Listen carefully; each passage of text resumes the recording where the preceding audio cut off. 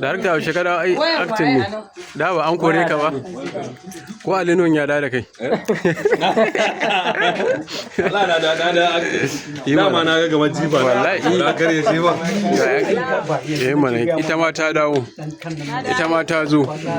Ita ma ta baro daɗin kowa ta dawo. Ban ma daɗin kowa ba.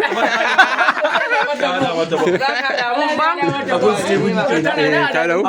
To kun ji wai wace ta fa? Ita ta dawo ita ta bar daɗin kowa. Ni ina cikin daɗin kowa. Mutu ka raba ni da daɗin. Kuma yace daɗin kowa duniya ce. Kakka haɗa mata ba.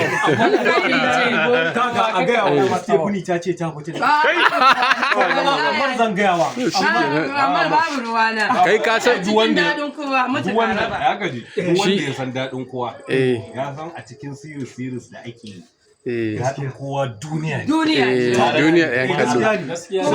Magana ta gaskiya. To in na fahimta da diwa ne kamar akwai wani abu a ran sake.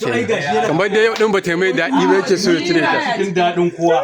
Kafin ta shiga kuma kafin ta shiga daɗin kowa ni na fara shiga daɗin kowa ita ma kuma tana ciki. Abinda nake faɗa in ba haka bane. Ita za ta ce ba haka bane. Haka ne ba. To kai imamu fa. Ga imamu shi ma. Yi magana da zan sai dai ka cire kyamarar sai in magana.